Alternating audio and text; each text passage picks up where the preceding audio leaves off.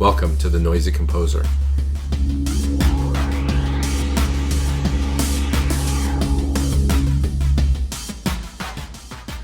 All right, we're back. Today we're going to focus on compression. So this is part 2 of our mixing. Right now we're using Audacity, and then we'll move into probably GarageBand. We'll make our way into Logic Pro, I believe. And so what I want to do is focus on compression today. And so what is compression? Compression is basically a processing that tries to limit the dynamic range. So in other words, if something is really loud and then not so loud, what you want to do is you want to kind of squish it down a little bit so that every single musical event is in a similar volume, so that therefore then they all are the same consistency. Okay, let's do this. So I'm looking at this mix again. Let's solo the kick drum, and let's open it up. Let's look and see what's going on here.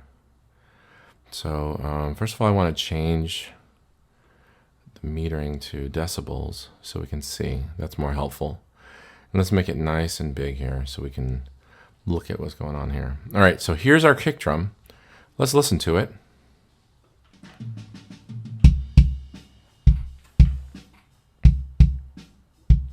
I'm looking at the level.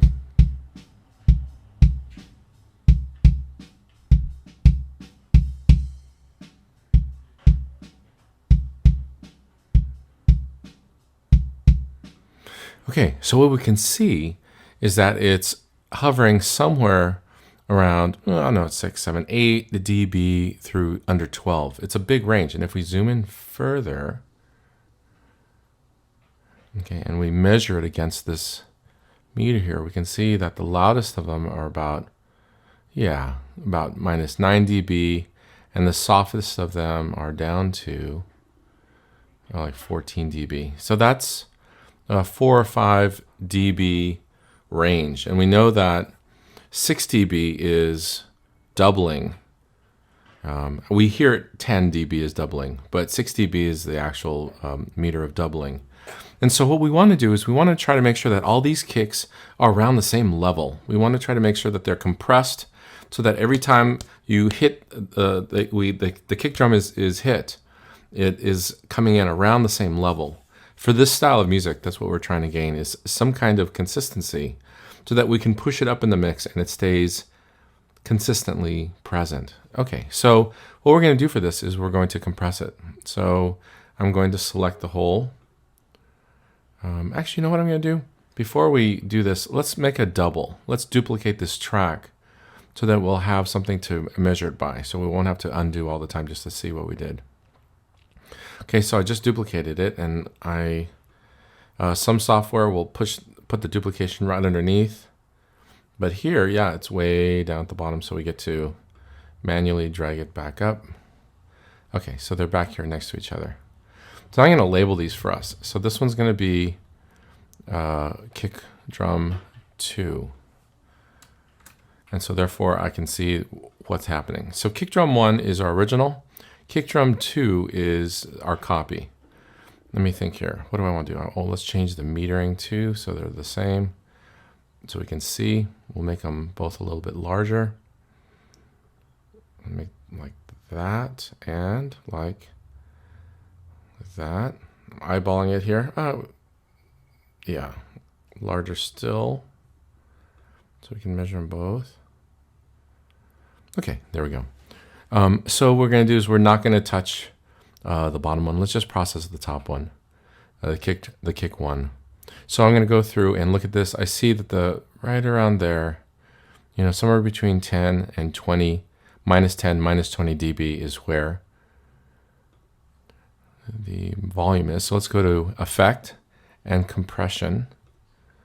And we have, it's right around 20 dB, I think. So it's set from a previous amount. So threshold is the level at which the compressor starts working. So everything quieter than 20 decibels is not going to be affected. It's not going to be compressed. So the threshold is like a threshold of a door. So whatever frequencies past that threshold kind of come into the room as it were, then those will be compressed. And how much will they be compressed? They will be compressed by a ratio of, that's right here. I have it set to 4:1. So if it's set to 1:1, you're actually not going to compress anything. And if you're going to go to 10:1, then it's going to be more of like a limiter, more of like a, what they'll say, a brick wall. So it's not going to go past that. So we're going to do more subtle 4:1 ratio, which is enough. So therefore, we'll do it. The attack time will be right here at 0.20 seconds. So you want it fast, but you don't want it too fast, especially for percussion things. You don't want it too fast because you want these transients to get through. If you start squishing these transients, the initial parts of the sound, what's going to happen is you're going to lose the sound of the drums. They're going to just sound like a wet blanket's put on them, or it's ruined. So let's not do that. And then release time long enough for it to feel like it's actually moving in time with the music. Okay, so let's process this. Okay, and then what we're going to do is, since this is around 10, I'm going to raise it up. Well, we'll just do it with volume first. I'm not going to normalize now. Okay, so here is I'll put up a couple dB. Let's listen to the first one, the solo here. So kick drum unaffected. This is the uncompressed version.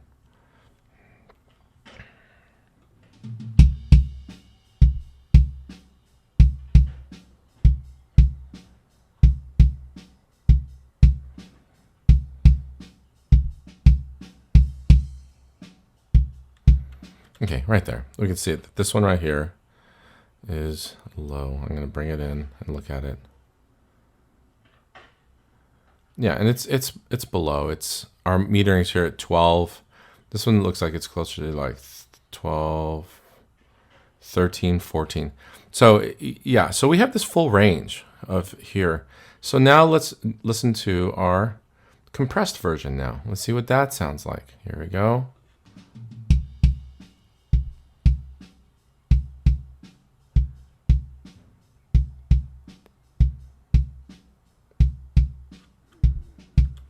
Okay, and so therefore it's more consistent. Now at home when you're listening to it, you're thinking, well, maybe it doesn't sound as good as the original. But don't let that fool you. You want to make sure that it's the volume that is similar, so you don't lie to yourself.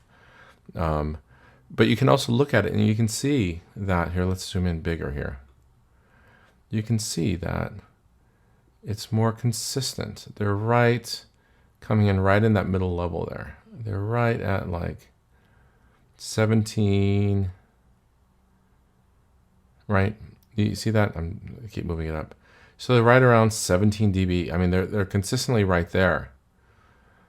So in a sense, what we can do is we can bring this up about 4 or 5 dB to get a similar volume.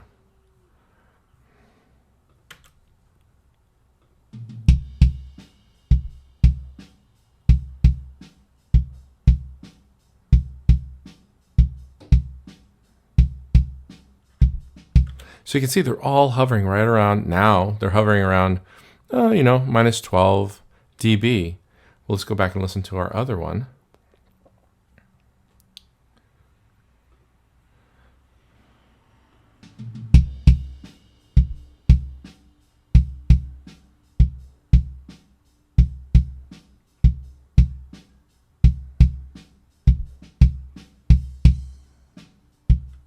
Yeah, right there, you can hear it. It was louder and then softer.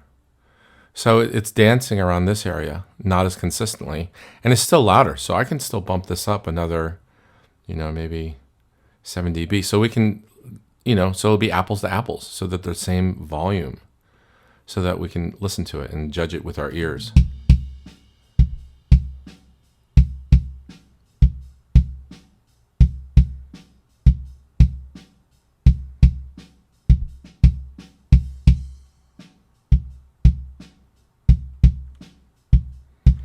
Okay, and so we see that even though that the loudest ones are right here, in the middle between 6 and 12, and the softest ones are right at 12, they're still within 2 dBs of each other. And so therefore it's more consistent. Now you could squash it more so that they're all exactly the same, but the idea is for there to be some dynamic range left, because there's some musicality still left in that. It's just now it's safer where the volume is just not all over the place. It feels more consistent. Okay, so that's it for this first go at compression. Thank you.